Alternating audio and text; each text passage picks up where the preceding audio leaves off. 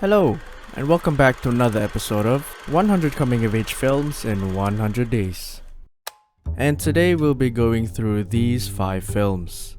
And the first film this week, Record of a Tenement Gentleman by Yasujiro Ozu. Set in a post-war Tokyo, a boy and an old lady found themselves in a situation where they don't want to be in. Assumed that the boy is an orphan, the lady is forced to take on the responsibility of caring for someone's child. This film is benign, not in what you see but what you feel. It's not instant. It took time and patience for the fire to warm the hearts of the characters for them to see what kind of person each of them truly are. It's another film where you don't see how it ends from a mile away until you get there. It may seem like a simple plot on the surface, but behind the curtains lies something our hearts can only feel. I love how the camera sees everything. It's simple yet effective. The characters weren't just the focus of everything, but subtle visuals of the landscape, possessions, and everyday life fills the air with exhaustion and restlessness from the war. Films like these don't need much time to convey messages and feelings. And the second film this week, Blue Spring by Toshiaki Toyoda.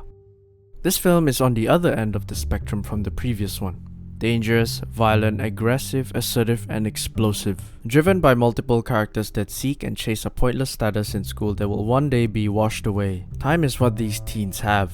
Some respect it, some neglect it. One of the characters in the film stated that they all have lives ahead of them and wonders why they are like that. From my point of view, I saw that as an indication of youth rebellion, or is it worse? Is it a failing system or societal negligence? There's many factors that made the whole scenario the way it is. I love the side characters that have wisdom. He was a character who I saw had a purpose, and is a pacifist who is welcoming to those who seek knowledge. The visuals on this film is striking, unapologetically in your face. It wants you to feel every hit, every feeling, and things that characters see that others don't.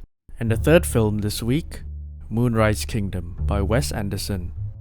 I feel like this film masks depression really well. Everyone is somewhat miserable or has unresolved trauma. But I don't want to talk about that layer of dread and darkness, rather the colors painted over it that help the characters of this film go through hardships. Visual style is the director's more refined version from his earlier works. It's personal, symmetrical, and simple to understand the visual language. It's an adventurous story that I feel like a child that would give up my privilege to live with someone forever. Unbeknownst to me that when I grow up, this choice would make me hate my younger self for making that choice. There's many forms of poetry hidden in plain sight, from the characters' reactions to actions to sounds that shape the landscape that these characters are confined in. One note for the characters that I adore is how blunt they are, direct and succinct with their choices and words, but never once soulless. And the fourth film this week, Children of Heaven by Majid Majidi.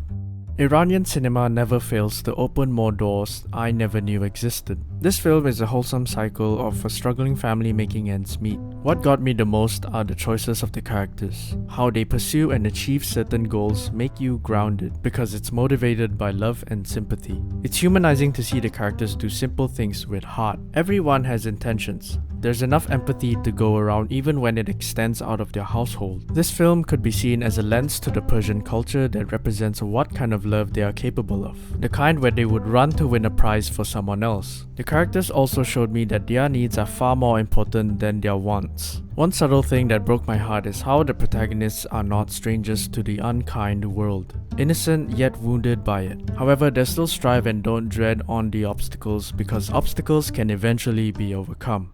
And the fifth film this week, Tu Mamá También by Alfonso Cuarón.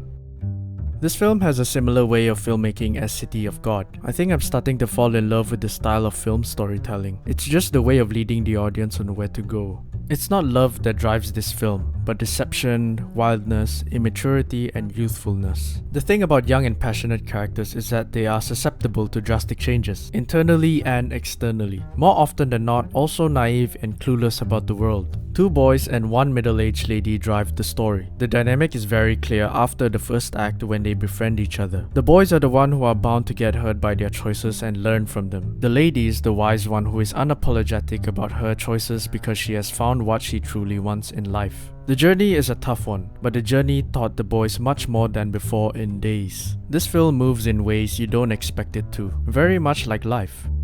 And that's 5 films this week. Don't forget to subscribe, like, and comment down your thoughts. And I'll see you next week. Bye.